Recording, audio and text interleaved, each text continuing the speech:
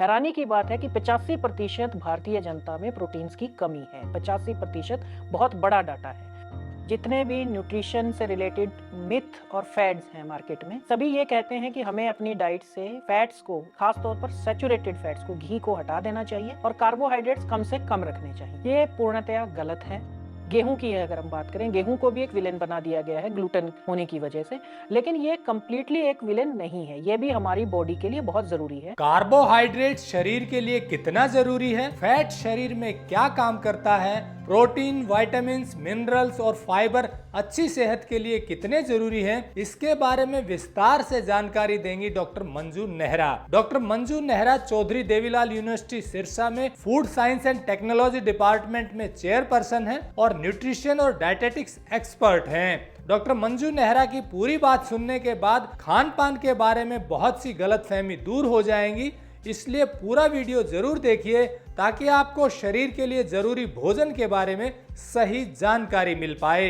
नमस्कार दोस्तों, हेल्थी रहने के लिए 5 चीजों की मुख्य तौर पर जरूरत होती है शरीर को, जिसमें से कार्बोहाइड्रेट्स, फैट्स, प्रोटीन, विटामिन और मिनरल्स होते हैं, और ये किस मात्रा में कितने जरूरी हैं इसके बारे में जानकारी नहीं होती। ज्यादातर लोग अब कार्बोहाइड्रेट्स छोड़ रहे हैं, फैट को कम कर रहे हैं, प्रोटीन और बाकी चीजों का इंटेक बढ़ाते हैं। लेकिन डॉक्टर मंजू नेहरा जी का कहना है कि ये नुकसानदायक स्थिति हो सकती है फैट और कार्बोहाइड्रेट्स को कम करने से। डॉक्टर मंजू नेहरा आपको इस वीडियो में पूरी जानकारी देने वाली है कि कार्बोहाइड्रेट्स कितने और क्यों जरूरी हैं, फैट कितना और क्यों जरूरी है, और बाकी चीजें प्रोटीन, मिनरल्स और विटामिन कितनी मात्रा में लेने चाहिए। तो चलिए शुरू करते हैं और जानते हैं कि सेहतमंद रहने के लिए किन चीजों की क्यों जरूरत है।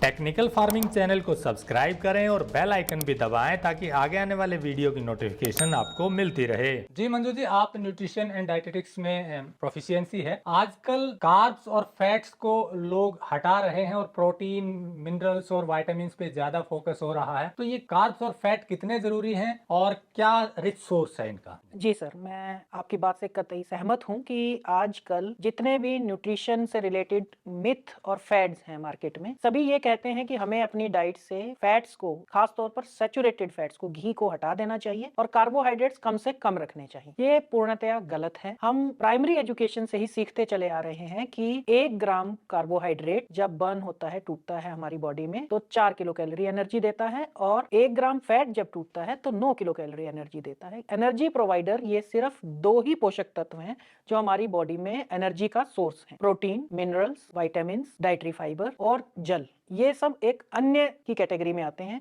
प्रोटीन हमारी बॉडी को सिर्फ स्वस्थ रखने के लिए, सेल्स की रीजनरेशन के लिए जरूरी है। मिनरल, विटामिन हमारी बॉडी के नर्वस सिस्टम और अन्य तरह की मेटाबॉलिक एक्टिविटीज के लिए जरूरी है। एनर्जी के बिना, कैलोरीज के बिना हमारी बॉडी नहीं चल सकती है। शक्ति जब तक हमारी बॉडी में नहीं होगी, अदर एक्टिविटीज के लिए हमें प्रोटीन, विटामिन, मिनरल चाहिए, लेकिन सबसे महत्वपूर्ण चीज जो है वो वसा और कार्बोहाइड्रेट ही है। तो इनके रिच सोर्स क्या है जो हेल्दी भी हो? क्योंकि आजकल गेहूं जो कार्ब्स जिसमें ज्यादा होता है उसको लोग अवॉइड कर रहे हैं कि इससे डायबिटीज जल्दी होती है। तो क्या रिच सोर्स है कार्बोहाइड्रेट्स के और फैट के? देखिए, अति हर चीज की बुरी है, लेकिन अगर हम जिस चीज को जिस समय खाना है और जितना खाना है, अगर उसी संख्या में, उसी मात्रा में, उसी समय पर लेंगे तो वो निसंदेह हानिकारक नहीं है। गेहूं की अगर हम बात करें, गेहूं को भी एक विलेन बना दिया गया है ग्लूटेन होने की वजह से, लेकिन ये कंप्लीटली एक विलेन नहीं है। ये भी हमारी बॉडी के लिए बहुत जरूरी है। एक स्टेपल फूड, एक हमारी नॉर्मल डाइट में जितना हमारा एक सुबह, शाम और दोपहर का खाना है, अगर हम उसको हमारी भूख की तृप्ति के लिए जितना हमें खाना चाहिए उतना अगर हम उसे ले रहे हैं तो वो निसंदेह नुकसानदायक नहीं है। लेकिन अगर हम इसको लग्जरी फूड या हम इसे एक प्लेजर फूड की तरह कंज्यूम करने लग जाएं, स्नैक फूड बना लें अगर इसे, और हम फास्ट फूड की तरह अगर इसे कंज्यूम, हर तरफ से हम कार्बोहाइड्रेट लें और गेहूं की फॉर्म में लें, मैदे की फॉर्म में लें, स्टार्ची प्रोडक्ट अगर हम कंज्यूम करेंगे तो वो बहुत ज्यादा नुकसान हमारी बॉडी में करेगा। क्योंकि एक तरफ तो वो एक न्यूट्रिएंट की अधिकता कर देगा स्टार्च की, दूसरी तरफ वो और न्यूट्रिएंट्स की रिप्लेसमेंट कर देगा, क्योंकि एक निश्चित संख्या में ही हम खा सकते हैं, उससे ज्यादा नहीं खा सकते हैं। कार्बोहाइड्रेट के और सोर्सेज के बारे में अगर मैं कहूं तो चावल है, मिलेट्स हैं, दालें हैं, पल्सेस भी एक अच्छा सोर्स है, प्रोटीन का भी पल्सेस एक अच्छा सोर्स है। कॉम्बिनेशन में व्हीट और पल्सेस अगर हम कंबाइन करके खाते हैं, जैसे कि गेहूं और चना जो है, अगर हम मिक्स करके खाएंगे तो वो भी एक बहुत अच्छा इफेक्ट आपकी बॉडी को देगा। इसी तरह से मिलेट्स का भी बहुत महत्वपूर्ण रोल है, लेकिन मिलेट्स ना समझी में ना बनाए, हम उनको बनाने का एक प्रॉपर तरीका है, अदरवाइज एंटी न्यूट्रिएंट फैक्टर आपकी बॉडी को नुकसान ज्यादा करेंगे। आपने बताया गेहूं भी जरूरी है और दूसरे अनाज भी बदल बदल कर खाएं तो वो हेल्दी है, लेकिन गेहूं को जब हम प्रोसेस कर देते हैं, जैसे ब्रेड बना दिया, पिज्जा बना दिया, जी। बर्गर बनाया या बिस्किट बनाए तो वो नुकसानदायक है। जी, उसका स्टार्च पोर्शन जो है वो हम बढ़ाते चले जाते हैं, उसका ब्रैन पोर्शन कम करते चले जाते हैं। तो जितना ज़्यादा फाइबर उसमें से कम होता चला जाएगा, उतना ही वो नुकसानदेह होता चला जाएगा। हमें जो गेहूँ कंज़्यूम करना है, वो डाइटरी फाइबर यानी कि ब्रान के साथ कंज़्यूम करना है, उतना ही ज़्यादा वो हेल्दी होगा। अब फैट की बात करते हैं। फैट में आपने बताया रिच सोर्स है, घी है जी। या शुद्ध तेल जो होता है। जो नेचुरल तेल हैं, चाहे आप सरसों का तेल ले लीजिए, चाहे आप सूरजमुखी का तेल ले लीजिए, आप मूँगफली का तेल ले लीजिए, आप नारियल तेल ले लीजिए, ये सभी तेल सेहत के लिए अच्छे हैं, अलग-अलग तरह के बेनिफिट देते हैं, लेकिन घी का तोड़ इनमें से कोई भी तेल नहीं है। घी कैसे फायदेमंद है? पॉलीअनसैचुरेटेड फैटी एसिड्स जो हैं वो तेल में होते हैं। ये कंप्लीटली सैचुरेटेड फैट्स होते हैं। सैचुरेटेड का मतलब ये है इनमें किसी तरह की और एडिशन की यानी कि मिलावट की गुंजाइश नहीं होती। बिल्कुल प्योर जो घी होगा उसके अंदर किसी तरह की मिलावट नहीं की जा सकती है। बिल्कुल रिच एसेंशियल फैटी एसिड्स जो हैं वो हमारे घी में हमें मिलते हैं, जो कि हमारी बॉडी की एनर्जी को बढ़ाने में बहुत महत्वपूर्ण योगदान देते हैं। हमारी बॉडी का हीट अप लेवल मेंटेन करने में योगदान देते हैं, इंसुलेशन हमारी बॉडी को देते हैं। तो घी का ये रोल है। जो पॉलीअनसैचुरेटेड फैट्स है यानी कि जो ऑयल्स हैं उनमें अनसैचुरेशन होती है, यानी कि उनमें बॉन्डिंग ब्रेक की जा सकती है मौसम के अनुसार। पानी की अवेलेबिलिटी, हवा अगर उनके अंदर आ गई तो रेंसिडिटी, जिसको कि हम बहुत ज्यादा नुकसानदायक मानते हैं अपनी सेहत के लिए, वो आ जाती है, जो कि गलत है। तेल में जी, रेंसिड का पानी के साथ होता है या गर्म करने, ज्यादा गर्म करके? पानी और हवा, ये दो चीजें अगर आपके तेलों के कांटेक्ट में है, अगर आपने एयर टाइट नहीं रखा है उनको, तो वो रेंसिडिटी हो जाती है। और घी में रेंसिडिटी जो है बहुत लंबे समय के बाद, यानी कि मिनिमम 6 महीने की शेल्फ लाइफ घी की होती है, अगर हम कोई प्रिजर्वेशन नहीं करते हैं तो भी। लेकिन तेलों में ये 20 दिन से ले ज्यादा नहीं होती अगर हमें कोई प्रिजर्वेशन नहीं किया है तो आपने बताया घी फैट का बहुत रिच जी, सोर्स है, जी। लेकिन इसमें थोड़ी सी आती है कि भैंस का घी और गाय का घी, थोड़ा सा ब्रीफ में बता दें किन के लिए कौन सा घी बेहतर है? जो लैक्टेटिंग मदर गर्भवती महिला है, लैक्टेटिंग दूध पिलाती हैं जो महिला, और जो नॉर्मल एक गृह कार्य या रोजमर्रा के काम करने वाले जो मनुष्य हैं, बच्चे हैं, जिनका डाइजेस्टिव सिस्टम थोड़ा नाजुक है, उनके लिए गाय का घी एक आदर्श फैट माना जाता है, क्योंकि इनमें essential fatty acid plus vitamin a content बहुत ज्यादा है। बीटा कैरोटीन जो प्रिकर्सर है विटामिन ए का, वो इसमें पाया जाता है। भैंस का घी डाइजेशन में थोड़ा सा मुश्किल होता है, थोड़ा बॉन्ड ब्रेकिंग थोड़ी मुश्किल है,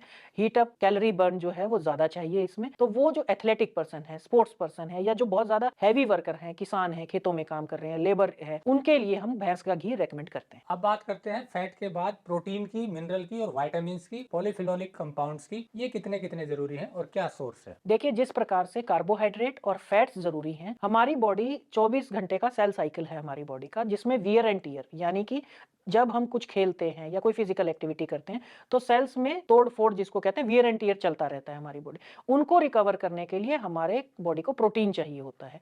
हैरानी की बात है कि 85% भारतीय जनता में प्रोटीन्स की कमी है। 85% बहुत बड़ा डाटा है। तो कहने को हम दालें कंज्यूम कर रहे हैं, लेकिन दालों को पकाने का तरीका या अवेलेबिलिटी का तरीका वो नहीं है हमारे पास सही से। तो प्रोटीन बहुत ज्यादा जरूरी है, हमारी बॉडी रिकवर नहीं कर पाएगी। इसी तरह से वो 1% का जो मैंने बताया कि मिनरल एंड विटामिन हमारी सॉरी, मैं बीच में रोकूंगा। प्रोटीन इसलिए जरूरी है कि हमारी बॉडी की मरम्मत करने के लिए, लिए, तो वो सेल्स जनरेशन, रीजनरेशन रीजनरेशन के लिए, रिजुविनेशन के लिए बहुत ज्यादा जरूरी है। और मसल्स फॉर्मेशन के लिए भी। मसल फॉर्मेशन का तो इकलौता सोर्स ही प्रोटीन है। तो इसलिए प्रोटीन भी जरूरी है। इसके रिच सोर्स जो नेचुरल हो वो क्या ले सकते हैं? सोयाबीन जो है वेजिटेरियन सोर्सेज में सबसे अच्छा सोर्स है प्रोटीन का। दालें एक बहुत अच्छा सोर्स, पल्सेस जिनको कहते हैं, जो दालें जितनी भी हैं वो सारी की सारी प्रोटीन का बहुत अच्छा सोर्स है। पकाने का तरीका सही होना चाहिए, स्लो कुकिंग होनी चाहिए, उनकी लंबे टाइम तक होनी चाहिए, ताकि आपकी बायो अवेलेबिलिटी जो है अमाइनो एसिड्स की वो आपकी बॉडी में रहे। दूसरा, नॉन वेजिटेरियन सोर्सेज की अगर मैं बात करूं तो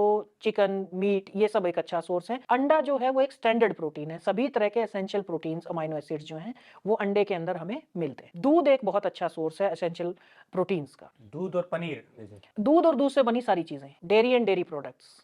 ये प्रोटीन की बात हुई, और मिनरल्स और विटामिन। सभी फल सब्जियां, जितनी भी कलरफुल सब्जियां और फ्रूट्स हमारे पास हैं, सभी तरह के मिनरल विटामिन हमें उनसे प्राप्त हो सकते हैं, चाहे वो एक्सोटिक हो, चाहे ट्रॉपिकल हो, या नॉन कन्वेंशनल हो। यानी कि हमारे बाजार में मिलने वाले सभी फल सब्जियां प्लस हमारी झाड़ पे लगने वाले फल सब्जियां भी उतने ही महत्वपूर्ण हैं जितने कि हम एक्सोटिक फ्रूट और सब्जियों को मानते हैं। आप एक ब्रीफ में ये बताइए कि एक आम आदमी, एक नॉर्मल जिसकी साधारण लाइफस्टाइल है, वो किस रेशियो में इन चीजों को ले carbs, fats, protein, minerals, vitamins और पॉलीफिनोलिक एसिड। अगर हम 100 ग्राम का एक आंकड़ा लेके चले सैंपल के तौर पर, तो हमें 50 से 55 ग्राम के करीब कार्बोहाइड्रेट्स लेने चाहिए, 20 से 25 ग्राम प्रोटीन। प्रोटीन का एक सीधा फार्मूला है, अगर हमारा वजन जितना है 1 किलोग्राम के पीछे 1 ग्राम प्रोटीन। सपोज किसी का वजन 60 किलो है तो उसे 60 ग्राम प्रोटीन लेना होगा। तो ये एक सीधा फार्मूला हम लेके चलते हैं। फैट्स जो है 10-15% जो फैट है हमारी बॉडी को डेली हमारी डाइट का होना चाहिए, और जो बचा हुआ पोर्शन है वो डाइटरी फाइबर, मिनरल, विटामिन का होना चाहिए। किसी भी कीमत पर हम फैट्स और कार्बोहाइड्रेट के सोर्सेस से कॉम्प्रोमाइज ना करें। जी, इस तरह से अगर डाइट का कंपोजिशन रहेगा तो हेल्दी रहेंगे। जी। ये जो डाइटरी फाइबर है इसका क्या रोल है और वो हेल्दी रहने के लिए क्यों जरूरी है? डाइटरी फाइबर या रफेज जिसको हम कहते हैं, हमारी डाइट में रेजिस्टेंट स्टार्चेस को हम बोलते हैं, जो हमारी बॉडी के अंदर डाइजेस्ट नहीं होते। ये हमारी बॉडी में बल्क ऐड करते हैं, हमारे खाने में बल्क ऐड करते हैं, हमारी डाइजेशन को, जो और हमारे कंपोनेंट हैं उनको डाइजेस्ट करवाने में बहुत महत्वपूर्ण रोल प्ले करते हैं। ये हमारी इंटेस्टाइन को साफ रखने में, हमारी बॉडी को डिटॉक्सिफाई करने में और हमारी बॉडी की सभी गतिविधियों को सुचारू रूप से चलाने के लिए बहुत ही ज़्यादा महत्वपूर्ण रोल प्ले करते हैं। तो हमारी खाद्य सामग्री, जो हमारी मेन डाइट है, यानी कि सुबह का, दोपहर का या शाम का जो खाना है, उससे पहले, खाना खाने से पहले हमें जो हमारा डाइटरी फाइबर का पोर्शन है वो कंज्यूम करना चाहिए, ताकि हमारी इंटेस्टाइन जो है वो साफ रहे और हमारी बॉडी में जो जितना कैलोरीज हमें लेनी है हम उतनी ही ले, उससे अधिक ना करने, क्योंकि ये हमारी बॉडी में खाने में बल्क ऐड करते हैं। मतलब खाने से पहले अगर आप सलाद, फ्रूट्स और सब्जियां खाएं हमारी डाइजेशन को बहुत अच्छा करते हैं, हमारी गट बैक्टीरिया जो हैं उनको बहुत एक्टिव करते हैं। तो हेल्दी गट होगी तो निसंदेह सेहत अच्छी रहेगी। तो दोस्तों, जैसा डॉक्टर मंजू नेहरा जी ने बताया कि हमें फैट भी जरूरी है, कार्बोहाइड्रेट्स भी जरूरी है, प्रोटीन भी जरूरी है, मिनरल और विटामिन्स भी जरूरी है, लेकिन इनकी तय मात्रा के अनुसार लेने चाहिए। फैट को विलन ना बनाए और कार्बोहाइड्रेट्स भी जरूरी है, पर जो तरीका बताया उस तरह से लेंगे तो निसंदेह लाभ होगा और हेल्दी रहेंगे। टेक्निकल फार्मिंग की कोशिश है कि जो ऑथेंटिक चीजें हैं वही आप तक पहुंचाई जाए, इसीलिए हम आपको ऐसे एक्सपर्ट से मिलवाते हैं। वीडियो अच्छा लगा हो तो लाइक और शेयर जरूर करें। जुड़े रहिए टेक्निकल फार्मिंग से। नमस्कार, जय हिंद।